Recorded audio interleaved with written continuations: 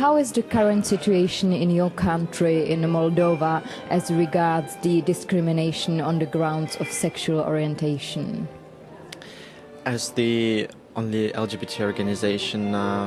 for human rights of LGBT people in the Republic of Moldova, we have been engaged in the promotion of adoption of the anti-discrimination legislation for at least 6 years. And last year, on May 25th, the Parliament of the Republic of Moldova adopted a sort of sterilized version of the anti-discrimination legislation that includes sexual orientation as a ground prohibited from discrimination only in the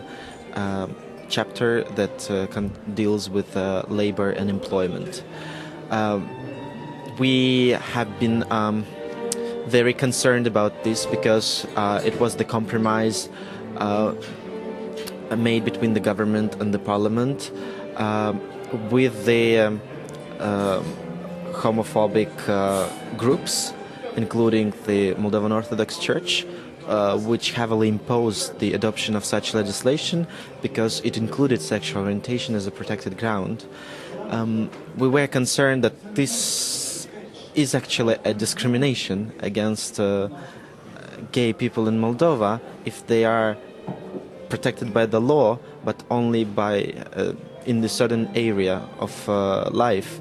However, the law came in force on January 1st, 2013, and we are now look forward into the practical implementation of this piece of legislation. And to be frank, we were the first organization that supported a claim based on this legislation, which had a victory in the court of the first instance, when the court found liable a person for discrimination against his ex-wife on the basis of her sexual orientation, and found him guilty for harassment and victimization of the woman for the fact that she was a lesbian. The thing that we are concerned the most is not only the anti-discrimination legislation that exists, but it's the hate speeches and incitement to discrimination that comes from different religious groups, and mainly from the Moldovan Orthodox Church. These incitements remain unaddressed by the state authorities, who do not show any kind of reaction or do not provide any response in order to stop them or prevent them from coming. And feeling the impunity for such actions, the state or the Moldovan Orthodox Church becomes more and more encouraged to interfere into the secular affairs of the state life, mainly targeting the LGBT people because their rights are getting recognized on the legislative level. We are very much hopeful that the courts will examine the